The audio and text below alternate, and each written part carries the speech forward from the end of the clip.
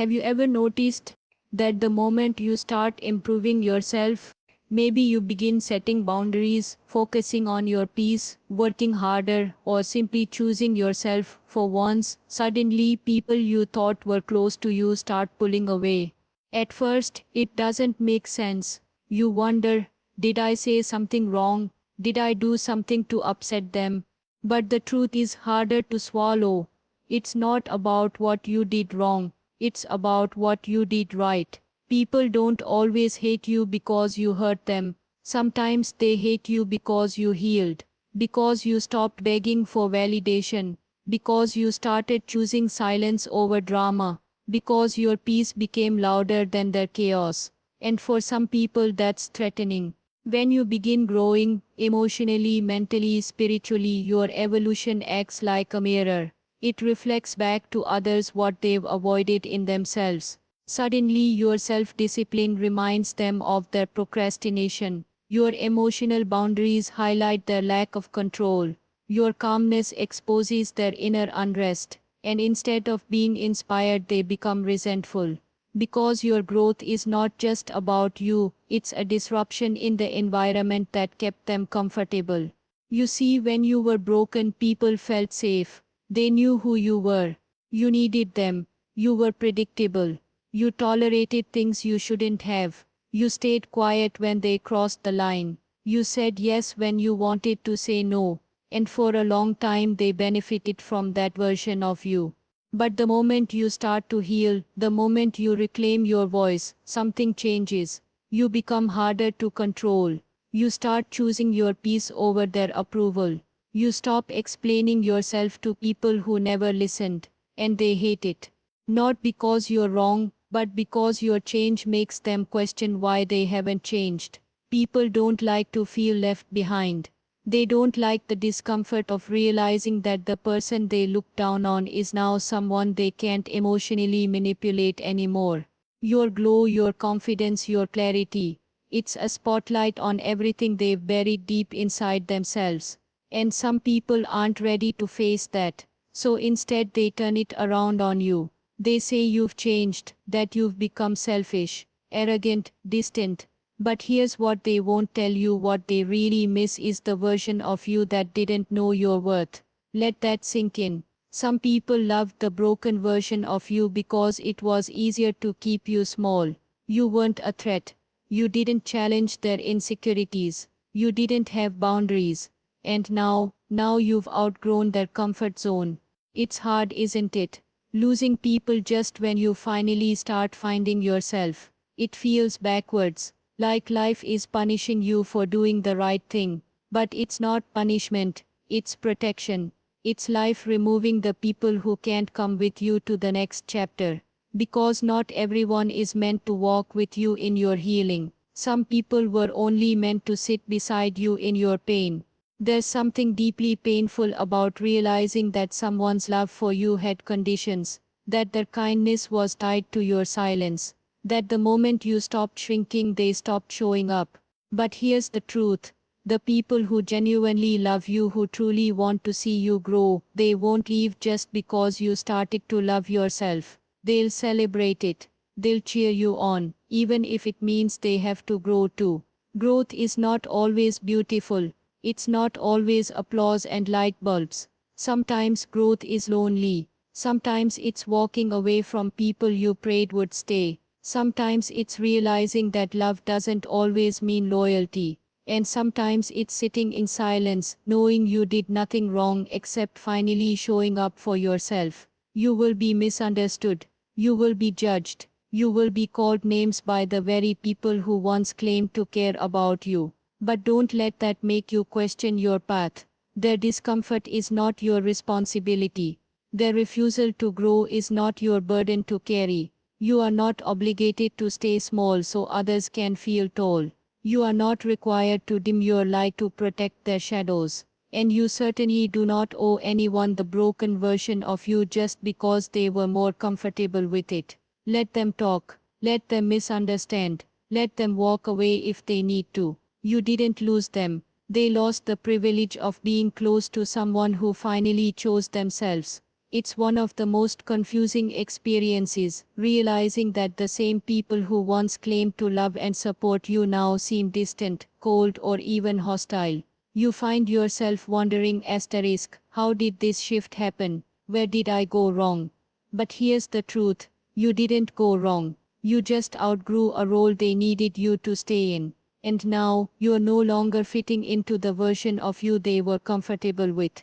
See, every relationship, whether it's friendship, family, or something deeper, has an unspoken script, a set of expectations. Who you are, what you say, how you respond. People get used to it. And when you deviate from that script, when you stop playing the part they've mentally assigned to you, they don't know how to handle it. You become unpredictable. And people hate unpredictability. Not because you're hurting them, but because your growth makes them feel like they're losing control. What most people won't admit is this: they liked you better when you were easy to define, when you were always available, when you didn't speak up, when you were the peacemaker, the one who tolerated their bad behavior just to keep the relationship intact. That version of you served their emotional comfort, but healing changes you. It makes you more aware of the subtle ways you were being drained. It wakes you up to the small compromises that cost you your peace. And once your awareness sharpens, you start doing something radical. You start saying no. No to toxic energy. No to passive aggressive comments. No to one sided emotional labor. No to being someone's emotional punching bag. And when you start saying no, you disturb the power dynamic. Because it's no longer about keeping others comfortable. It becomes about protecting your mental space, your time, your energy. And let's be honest, some people don't know how to exist in your life unless they have emotional power over you. There are people in your life who only loved you when they could control how you felt. The moment you stopped reacting to their drama, they started accusing you of being distant. The moment you stopped explaining your decisions, they said you were being rude. The moment you chose peace over proving your point, they said you were cold. But what they're really saying is, I don't know how to handle this version of you who isn't dependent on my validation. That's the truth no one wants to talk about. People want access to you but not accountability. They want to say whatever they want, treat you however they want, and still have you show up, smiling, available, forgiving, no matter how many times they cross the line. But the moment you hold them accountable, the moment you put up a boundary, they start labeling you as the problem.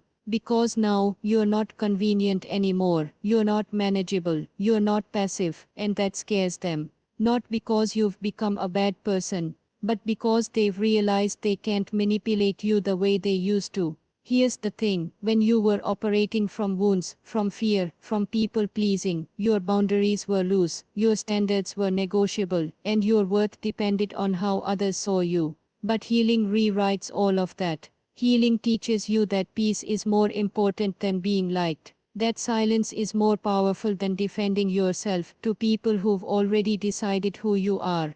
That walking away is strength, not weakness, and that shift, that's what they're reacting to. They're not reacting to the asterisk real you, they're reacting to the fact that the version of you they had emotional power over is gone. You've stepped into your truth, you've started to choose alignment over attachment, you've realized that love doesn't mean tolerating disrespect, that kindness doesn't mean being a doormat, and that loyalty has to be mutual, or it's manipulation. You don't owe anyone the older version of yourself just because that version was easier for them to be around.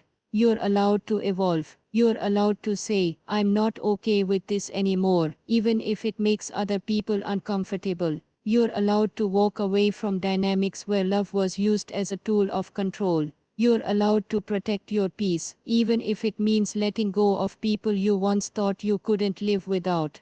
This is not about becoming cold, it's about becoming clear. Clear about your worth, clear about what you will and will not accept, clear about who you are without the mask, without the role, without the script. And with that clarity, some people will leave. Not because you pushed them away, but because your healing exposed their unwillingness to grow with you. Let them. Sometimes the pain doesn't come from strangers, it doesn't come from critics or haters online, it comes from the people you once celebrated with, the ones who were there when you struggled, the ones who smiled with you, laughed with you, maybe even cried with you. And that's what makes it sting the most, when the shift happens, when the energy changes, when the silence begins. You don't see it coming, because you thought these were your people. You thought the connection was deeper than circumstance. But what you didn't realize is that some people are only loyal to your limitations. As long as you were broken, uncertain, doubting yourself, they felt secure around you. You were relatable. You were manageable. And more importantly, you didn't challenge their sense of self. But the moment you started rising, even just a little, the moment you began to see yourself differently, speak differently, choose differently, something shifted. Suddenly your growth started to feel like a threat. Not because you were attacking anyone, but because your evolution was holding up a mirror. You see, when you decide to change, when you commit to healing, to standing taller, to not playing small, it forces everyone around you to confront their own choices. And not everyone is ready to do that. Some people would rather retreat than reflect. Some would rather pull you back down than rise with you. That's not hatred in the traditional sense, that's fear. That's insecurity, wearing the mask of resentment. People aren't always conscious of it. They might not even know they're doing it. But they start making comments that sting a little more than they should. Sarcastic remarks about your new lifestyle. Passive aggressive digs about your success. Suddenly they're not showing up for your wins the way they once showed up for your pain. And you start to feel it, that shift in the room when you talk about something you're proud of, that uncomfortable silence, that forced smile, that eye roll they try to hide. At first you think you're imagining it. Maybe I'm being too sensitive, you tell yourself. Maybe they're just busy. Maybe I'm overthinking. But deep down, you feel it, your light makes them uncomfortable. And here's the hardest truth of all, sometimes it's the people you love the most who can't handle your healing. Not because they don't care, but because they don't recognize you anymore. You've grown into a version of yourself that no longer validates their insecurities. You no longer sit with them in the space of lack, in the space of victimhood, in the space of playing small. You've moved forward, and they haven't. That's what growth does, it creates distance. Not because you're trying to be distant, but because you're moving in a direction they're not ready for. And when people aren't growing with you, they start questioning your growth. They say you've changed like it's a bad thing. They say you've become distant, when really you've just stopped pretending. They say you're full of yourself, when in reality, you're just finally full, not empty and searching for approval. It hurts. It hurts when you look around and realize some of the people who clapped the loudest when you were struggling are the same ones who go silent when you start to rise. But it's not your job to shrink, to keep others comfortable. It's not your responsibility to dim your light so others don't have to deal with their shadows. People who are truly for you will never see your healing as a betrayal. They won't get defensive when you draw boundaries. They won't mock your growth, question your success, or make you feel guilty for choosing yourself. The ones who truly love you will evolve with you. They'll cheer louder, support harder, and rise beside you. Because that's what real connection looks like. It grows with you, not against you. But some people, they loved the version of you who doubted herself, who stayed quiet, who sacrificed herself to keep the peace. They were more comfortable with the version of you that needed them, relied on them, looked up to them for every answer. And now that you're standing on your own, now that you speak with confidence and act with clarity, they feel replaced, even if you never replaced them. This is what happens when you stop needing validation to feel worthy. When you start trusting your voice over external opinions. When you stop waiting for permission to take up space. You stop being accessible to people who were only loyal to your struggle, not your strength. And while that might feel lonely at times, it's also liberating. Because in that silence, in that distance, in that realization, something powerful is born. The understanding that not everyone is meant to go where you're going. And that's okay. You don't have to take guilt with you into your growth. You're not abandoning anyone. You're honoring yourself. And when that truth settles in your spirit, you no longer chase closeness with people who resent your progress. You no longer explain your healing to those committed to misunderstanding it. You simply keep growing, quietly and unapologetically, knowing that the ones meant for you will never be threatened by your rise. Let them fall away. And sometimes people start hating you for one simple reason: you stopped tolerating what you once allowed. You didn't shout. You didn't start a war. You didn't post long rants online or write angry letters. You just stopped showing up the way you used to. You stopped making yourself available to be drained. You stopped picking up calls that only brought anxiety. You stopped saying yes when your soul was screaming no. And that subtle shift, the quiet reclaiming of your time, your peace, your dignity, was louder than any argument ever could be. Because the moment you changed the pattern, you changed the power dynamic. And not everyone was ready for that. People build their comfort zones around your patterns. They get used to the version of you that overgives, that over apologizes, that bends to keep the peace. They build expectations around the version of you that sacrifices her needs, stays quiet to avoid conflict, and absorbs hurt, just to keep the relationship afloat. So when you stop doing those things, even gently, even respectfully, it feels like betrayal to them. Not because you've done something wrong, but because you've taken back something they quietly believed belonged to them: your access. That's when the resentment starts. That's when the passive aggression creeps in. That's when they start talking about you like you've become cold, or distant, or not like you used to be. But the truth is, you're not colder, you're just clearer. You're not distant, you're finally present with yourself. You're not different, you're finally honest.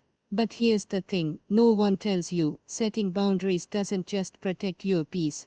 It exposes who was benefiting from your lack of it. That's why people get angry when you change the rules, because they weren't in it for you, they were in it for what they could get from you. And once that changes, they either have to evolve with you, or exit. You'll be surprised how fast love turns sour when it's no longer one-sided. How quickly people shift from praise to pettiness when you're no longer available to be taken for granted. And it's painful, deeply painful, because these are people you once held close. These are people you made space for. You excused behaviors, you extended grace. You bent and broke, and gave pieces of yourself you couldn't afford to give. And now that you've stopped, now that you've drawn the line, claimed your voice, protected your time, valued your energy, they act like asterisk, you re-asterisk the problem. They paint your healing as selfishness. They label your clarity as ego. But deep down, you know the truth. You know this isn't about being better than anyone, it's about not abandoning yourself anymore. You finally understand that love without respect is manipulation, and peace without boundaries is just a cage dressed up pretty. You're no longer interested in relationships that require you to lose yourself. You're done performing emotional labor that leaves you empty. You're done participating in dynamics where you have to prove your worth to be chosen. That's not growth, it's erosion. And you're done eroding. And it's not always dramatic. Sometimes it's subtle, sometimes it's just a long pause where you used to instantly say yes. Sometimes it's a simple "I can't make it," instead of rearranging your whole life for someone who wouldn't do the same for you. Sometimes it's letting a text go unanswered because your peace matters more than their temporary approval. And that's where people start noticing. That's when the whispers begin. That's when the subtle jabs come in, because you've disrupted the unspoken contract. You're no longer abandoning yourself for their comfort. But here's what you must remember: peace comes with a cost.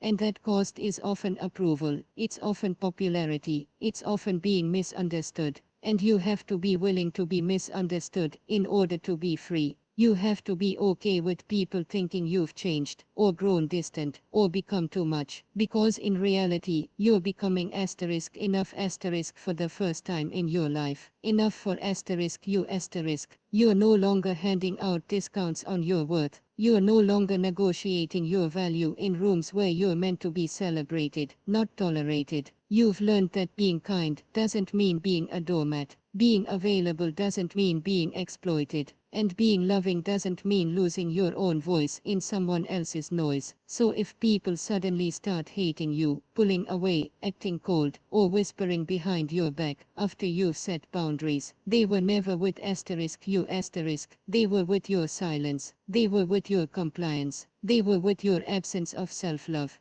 And now that you're present in your own life, they don't know how to fit in anymore. That's not your fault, that's their invitation to grow or go. You didn't become the villain, you just stopped playing the victim. And for some people, that's the worst kind of betrayal, because now they have to face themselves, and not everyone is ready to do that. So let them call you selfish, let them say you've changed, let them walk away. You finally stopped abandoning yourself.